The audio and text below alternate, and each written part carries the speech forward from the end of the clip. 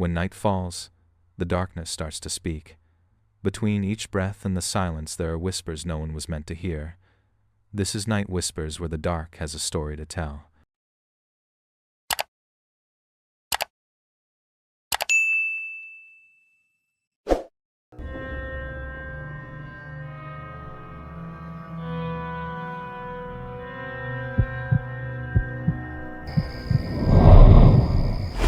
I remember this story so vividly, it always creeps back whenever I think about playing hide-and-seek at night or walking past a dark alley. It's one of those memories that never fades. It happened in early October during a cool fall evening when my 3 siblings and I went to visit our mom at her apartment. Back then we had no idea that one innocent game would turn into something we'd never forget. I had one sister, Jess, and 2 brothers, Mike and Eli. Our parents had divorced 2 years earlier, so visits with Mom were rare. Dad wasn't obligated to let us see her, but he wanted to do right by us and by her.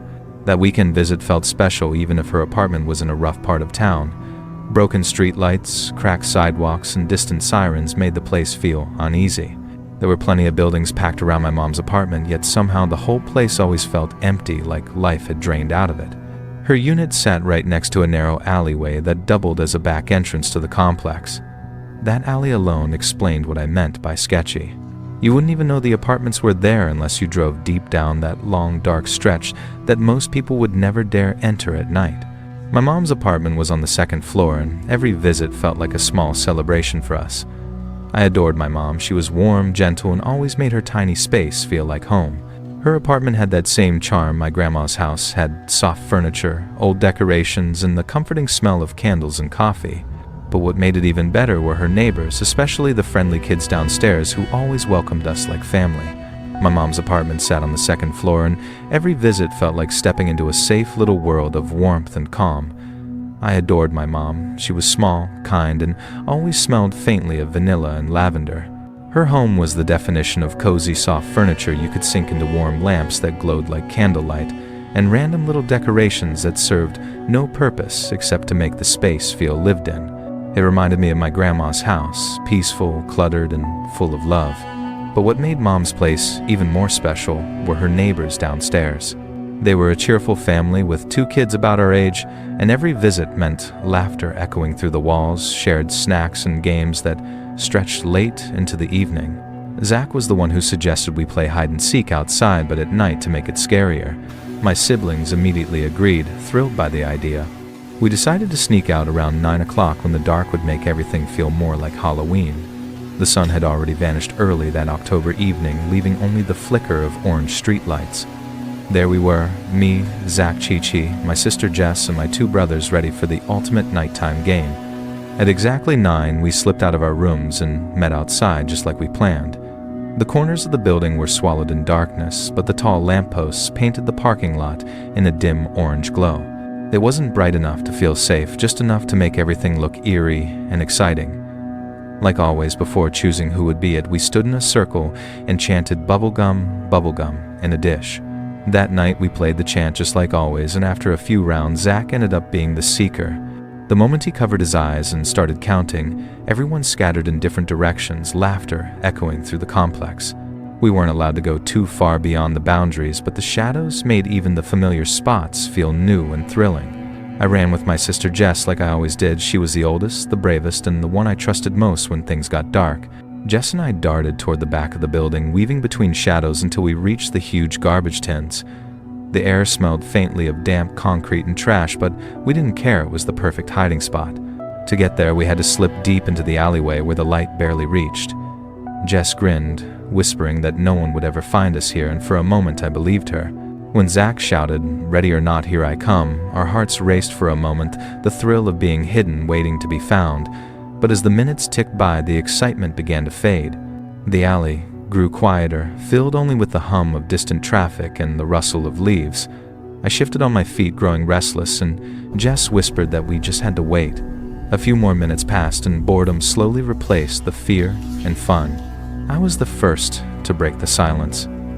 "Maybe we hid too well," I joked, and Jess chuckled softly. She said maybe we should just give up and head back. It was getting late anyway. We started moving around the garbage bags, stepping out from behind the big metal bins. That's when everything changed. Halfway down the alley, I froze. My eyes locked on a figure standing at the far end, illuminated by the dim orange light. My heart sank instantly. Something about it felt wrong. Right away, I knew this wasn't anyone I recognized. The figure was unusually tall, almost unnaturally so, like someone had stacked something inside their shoes to seem bigger. The overhead light cast harsh shadows, making it impossible to see their face. For a second, I thought it was just a trick of the light until I noticed something strange about their hair. That's when my stomach twisted in dread. Then it hit me their hair wasn't real. It was a bright, curly afro dyed in every color like a clown's wig. My heart started pounding as the awful realization sank in. It was a clown. The outfit matched two oversized clothes, weird patterns, and something shiny around the neck that caught the light. But Halloween wasn't even here yet, so why was someone dressed like that standing in a dark alley? They didn't move, didn't flinch, just stared straight at us completely still. Jess quickly grabbed my arm and pulled me back, sensing that something was seriously wrong. Her voice was low but firm. We needed to get back to the others now. Without arguing, I followed her and we hurried down the long alleyway, our footsteps echoing against the concrete walls. Relief washed over me when we spotted my brother Mike standing near the corner and Chi-Chi right beside him. Mike frowned, confused, asking why we were wandering out in the open instead of hiding. Mike laughed at first, thinking we were trying to mess with him and that the game was still on. But when Jess and I explained about the man dressed as a clown standing at the end of the alley, his smile faded. We were still within sight of where the clown had been, so we carefully stepped aside and pointed. That's when it hit us. The situation wasn't just weird anymore. It was dangerous. The clown was closer now, and watching us. The clown had moved closer, close enough that we could see it clearly now. It was staring straight at us and slowly waving like mocking our fear. My stomach twisted when I realized its face wasn't painted white like a normal clown's. It was completely black, as if the person wanted to hide their real face. Only the eyes stood out wide, shining and unblinking. Then out of nowhere, Chi-Chi let out a terrified scream that shattered the silence. We spun around just as Chi-Chi screamed, her voice cracking with terror. She pointed behind us, and when we looked, our hearts nearly stopped. Another clown was standing there, this one with tangled green hair and impossibly long legs. That was all it took. Chi-Chi bolted toward her apartment, Mike right behind her, and Jess grabbed my hand. We sprinted up the stairs as fast as we could, not daring to look back. Eli said he hid behind a bush waiting to jump out and scare Zach, but then he saw someone step into the courtyard, not Zach. The figure was taller, moving slowly, almost searching. Eli said he held his breath frozen until he heard Zach's voice calling his name from the other side. When he turned back, the person was standing right above him, another clown staring down. That's when he ran for his life. Eli said the clown's face was inches from his pail, under the dim light with smeared black paint where a mouth should have been. Its breathing was heavy, almost wheezing. For a second, Eli couldn't move. Then he screamed and bolted toward Zach. They sprinted straight to Zach's apartment and banged on the door until his parents opened it, both of them gasping and shaking. At first it sounded like a faint tapping, almost like tree branches brushing the glass, but there were no trees that close. The tapping grew louder, deliberate, rhythmic. I froze, bottle still in hand, staring toward the curtains. Something about the sound felt wrong, too slow to be random. Then there was a pause, followed by a low scrape, like nails dragging across the window pane. My stomach dropped instantly. He was grinning, teeth yellow and uneven eyes wide open like he was enjoying my fear. For a moment I couldn't breathe, just stood there, frozen, staring back at him. Then he lifted one gloved hand and slowly tapped the glass again, his nails clicking like metal. That sound jolted me into action. I screamed for my mom and stumbled backward, knocking over the water bottle. To this day I still remember that face pressed against the glass, the way it smiled without blinking as if it wanted me to open the window. After that night, my mom moved us to a different apartment far from that alley. Even now, whenever I see dark alleys or hear laughter echoing at night, I feel that same chill crawl up my spine. Some memories, no matter how long ago, never really leave you. It was the kind of house every kid in town avoided: peeling paint, broken shutters, and a yard so overgrown it looked alive. Every time I passed it, I'd walk faster, pretending not to look, but my eyes always drifted toward its dark windows. Something about that place felt wrong, like it was watching.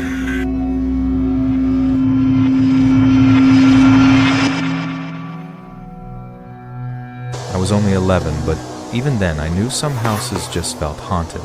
My friends would laugh and call it the haunted shack, daring each other to touch the gate or peek through the windows.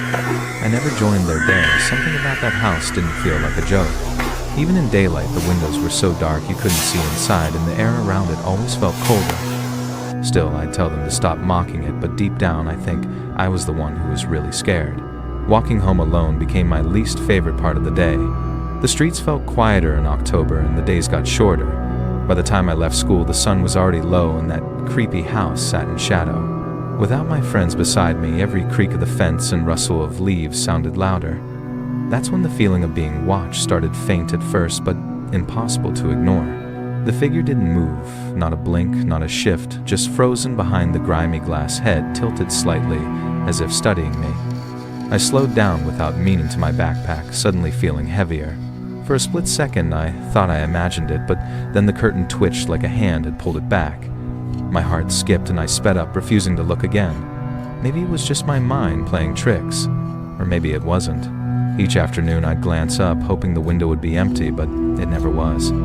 The same silhouette stood there, motionless, like a shadow that belonged to the house itself.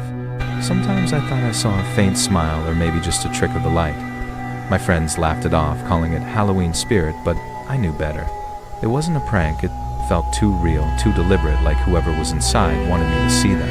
As I passed, the figure suddenly shifted, stepping forward into the pale orange glow of the streetlight. My stomach twisted. They were tall, impossibly tall, their head tilted slightly like before, but this time I could hear faint breathing. Every instinct told me to run, but my legs felt locked in place. Then, without warning, the figure moved fast, charging down the porch steps, straight toward me. His footsteps slammed against the pavement, echoing behind me like thunder. I didn't dare look back. I could feel him closing in. My backpack bounced wildly, and my lungs burned as I sprinted down the block, the man shouting gibberish that sounded half crazed, half angry. Streetlights blurred past, and for a terrifying moment I thought I could feel his hand brush the back of my jacket. My heart was pounding so hard I was sure he could hear it. The stench from the dumpster was awful, but I didn't dare move or even breathe too loudly. His footsteps crunched closer on the gravel, slow and deliberate until they stopped just feet away. I could hear him muttering words slurred and broken like a madman talking to himself. Then the sound of his breathing, heavy, uneven, filled the silence. I waited 10 seconds, then 20, each one dragging like an eternity. The alley fell silent except for the faint hum of distant traffic. Finally, I dared to peek around the corner. The street was empty. My legs trembled as I stood, every muscle still tense from fear. I wanted to run home right away, but part of me was terrified he might still be lurking nearby, waiting for me to step out.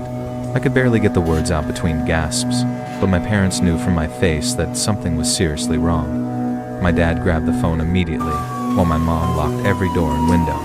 When the police arrived, I described everything. The house, the man, the chase, my voice shaking the whole time.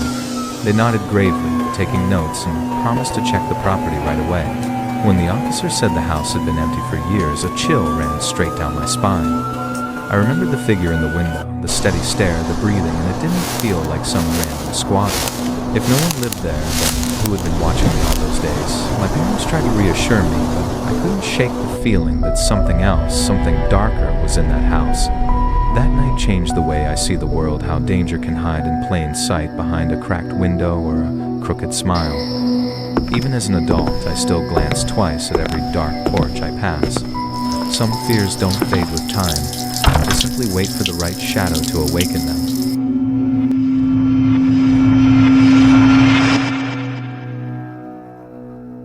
And every Halloween, no matter where I am, I still walk a little faster when the street gets quiet. Despite the older generation calling it devil's nonsense, Halloween had quietly found its way into even the most traditional villages. Pumpkins appeared on porches, glowing faintly through carved smiles. That autumn, my nightly walks with my dog Susie became a small ritual. She was big, strong, and a bit of a menace during the day, but in the cool quiet of evening, she was calm, almost gentle. The air that night was cold enough to sting my nose, and the streets were nearly empty. The few old lanterns along the road flickered weakly, casting long, trembling shadows across the dirt path. Susie trotted beside me, her leash tight, as she sniffed the air like she sensed something I couldn't. I pulled my coat tighter and tried to enjoy the silence that peaceful kind that only comes before something unsettling. That road had always been my favorite, quiet, peaceful, and lined with whispering trees that seemed to lean in as you passed. During the day, sunlight filtered through the branches, but at night, it felt like walking through a tunnel of shadows. To the left, the forest stretched endlessly into blackness. To the right, the horse paddocks lay silent, their fences glowing faintly under the moon. It was a beautiful path, but that night it felt different. That old stable always fascinated me, its roof sagging, the wood darkened by time, yet still standing like it refused to die. The locals said it once housed the priest's horses decades ago, but now it just sat there, forgotten and half swallowed by weeds. As I walked, the crisp wind carried the scent of damp earth and fallen leaves, the kind of smell that made autumn feel alive. I didn't know then that the peace of that moment would shatter in seconds. Susie's growl turned into a deep, frantic bark, her entire body tense as she pulled hard on the leash toward the trees. My heart began to race. She'd never acted like that before, not even when other dogs passed by. I squinted into the dark, but the old streetlights barely reached the edge of the forest.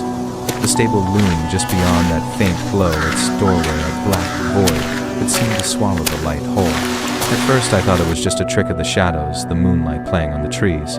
But then it moved. My breath caught in my throat. Behind the stable, a figure stood perfectly still, half hidden among the branches. The pale light revealed just enough a human shape, tall and rigid like someone kneeling or bowing slightly. Susie's barking grew wilder, but I couldn't look away. Something about that figure felt wrong, deeply wrong. The longer I stared, the clearer it became. This wasn't some illusion. The man's white clothing almost glowed under the moonlight, stark against the darkness of the forest. He wasn't moving, not even breathing from what I could tell, just kneeling there, facing my direction. It didn't look like prayer, it looked like waiting. A cold shiver crawled down my spine, and every instinct screamed at me to leave, yet I couldn't tear my eyes away. My pulse was racing as I yanked on the leash, whispering Susie's name like a plea. She growled low, but finally relented when I grabbed her harness and tugged hard. Every step away from that stable felt too slow, like the air itself was holding us back. I didn't dare look behind me. I just knew that whatever was in that white robe was still watching. Every sound made me jump, the crunch of leaves, the wind through the branches, even my own footsteps. I kept glancing over my shoulder, half expecting to see that white figure following me. When I finally reached my street, the faint glow of my porch light felt like safety itself. I hurried inside, locked the door twice, and leaned against it, heart still pounding. Half asleep, I stumbled to the window and saw flashing red and blue lights painting the village road. Fire trucks and police cars rushed past my house toward the church. Then I smelled smoke, faint but real. My stomach twisted as I realized the direction of the sirens. They were heading straight to the priest's old stable, the same place I'd seen that kneeling figure hours earlier. The article showed a photo of the burned stable, the roof caved in, smoke still rising from the ashes. The police mentioned finding strange footprints in the mud near the site, too large to belong to kids. Everyone brushed it off as harmless mischief, but I couldn't shake the image of that man kneeling so still and white. Deep down, I knew what I saw wasn't a prank. It felt deliberate, almost ritualistic. But that might change something in me. I couldn't dismiss the eerie calm I'd seen on that man's face. It wasn't the thrill of mischief. It was focus, purpose. For weeks after, I avoided that road entirely, even during the day. Whenever I passed the church from afar, I'd still glance toward the ruins of the stable, half expecting to see white robes among the trees again. Even now, I still think about that night, about the stillness, the silence, and that figure kneeling just beyond the light. It wasn't just fear. It was the feeling that I had witnessed something I wasn't supposed to see. Sometimes when I walk past that road, I swear I can still feel eyes watching from the dark. Maybe it was a ritual, maybe madness, I'll never know. But one thing is certain, I'm grateful. Susie and I walked away before curiosity turned into something far worse.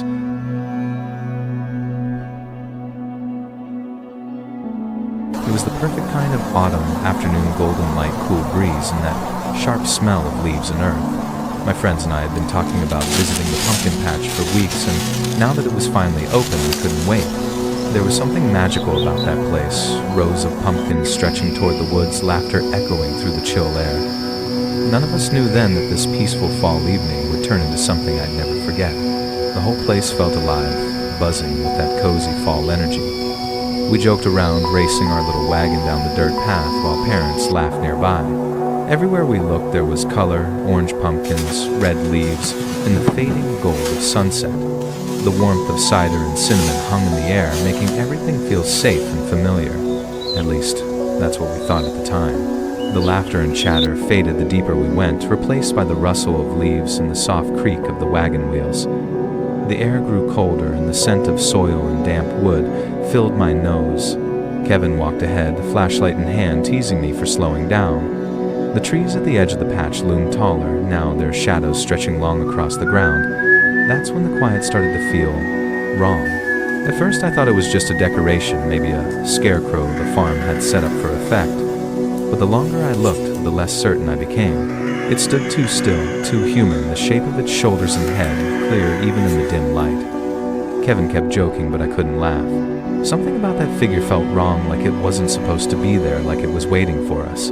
Probably just a decoration, he said, but I could tell he didn't really believe it either. The wind picked up and the hat shifted again too naturally this time. My flashlight flickered across its chest, and for a split second I thought I saw fabric move like clothes brushing against skin. I swallowed hard, forcing a laugh. "Let's just grab the pumpkin and go," I said, though my hands were already shaking. Each time I turned around, the distance between us felt smaller, like the trees were hiding its steps. Kevin laughed it off, saying I was just spooking myself, but his voice trembled a little too. The sunlight was nearly gone now, and the shadows from the trees stretched across the rows like black veins. I gripped the pumpkin tighter and whispered, "Let's go faster." I didn't want to look back again, yet I couldn't stop myself. Asterisk, asterisk. But that relief didn't last long. As we loaded the pumpkin into the wagon, I caught a faint movement from the corner of my eye, something slipping behind the last row of trees. The wind suddenly died, leaving the patch eerily silent. Kevin joked again, but his smile faded when he saw my face. I whispered, "Let's just go pay and leave." He nodded without arguing this time. The figure was there again, closer, this time only a few feet from the edge of the path. Its head tilted to one side like it was studying us. The hat shadowed its face, but I could see the faint outline of a grin, or maybe just the trick of the fading light. My pulse pounded in my ears. "Kevin," I whispered. He turned, saw it too, and froze completely. It glided toward us, silent and steady, like its feet weren't even touching the ground. The air around us felt heavier, colder. Kevin grabbed my arm and whispered, "Run." We bolted pumpkins, forgotten wagon, overturned behind us. I could hear the crunch of leaves that weren't ours following faster than footsteps should. The stand lights ahead flickered like a distant promise of safety. We slowed only when we reached the lights and noise, gasping for breath. I turned to look behind us. The figure had stopped at the very edge of the pumpkin rows, half hidden in shadow, motionless once again. It didn't follow any farther, just stood there as if it knew we wouldn't come back. Kevin muttered, "What the hell was that?" I had no answer, only a pounding heart and shaking hands. The whole drive home, my eyes kept drifting to the side mirror, half expecting to see that hat and silhouette following behind us. Kevin tried to laugh it off, saying I'd just let the Halloween mood get to me, but his voice trembled slightly. The road seemed endless, lined with shadows and drifting leaves. Even when we pulled into my driveway, I still felt like we were being watched. Every creak of the house made me jump, and each time wind brushed the window, I thought I saw that same outline outside. I replayed the moment in my head again, and again the stillness, the tilt of its head, the silent glide. No prank felt that real. I even checked online for local haunted attractions, but nothing matched what we saw. It felt personal, like that thing had chosen us. Even years later, that article still haunts me. I sometimes wonder if others saw more than they admitted, or if anyone ever figured out who or what it was. No updates ever came, no follow-ups, just silence. Now every time autumn returns and the air turns sharp, I catch myself scanning the tree lines, because part of me still fears that one day I'll see it again, waiting. Sometimes when I close my eyes, I still see it, the hat, the stillness, the way it seemed to float closer without sound. People laugh when I tell the story, saying it was just Halloween nerves, but they weren't there. They didn't feel that cold stare. Maybe it was human, maybe not, but one thing's for sure, it saw us first and it wanted us to know it. Thank you for staying until the end. If the dark didn't scare you away, maybe you belong here. Subscribe to Night Whispers and let the darkness find you again next time.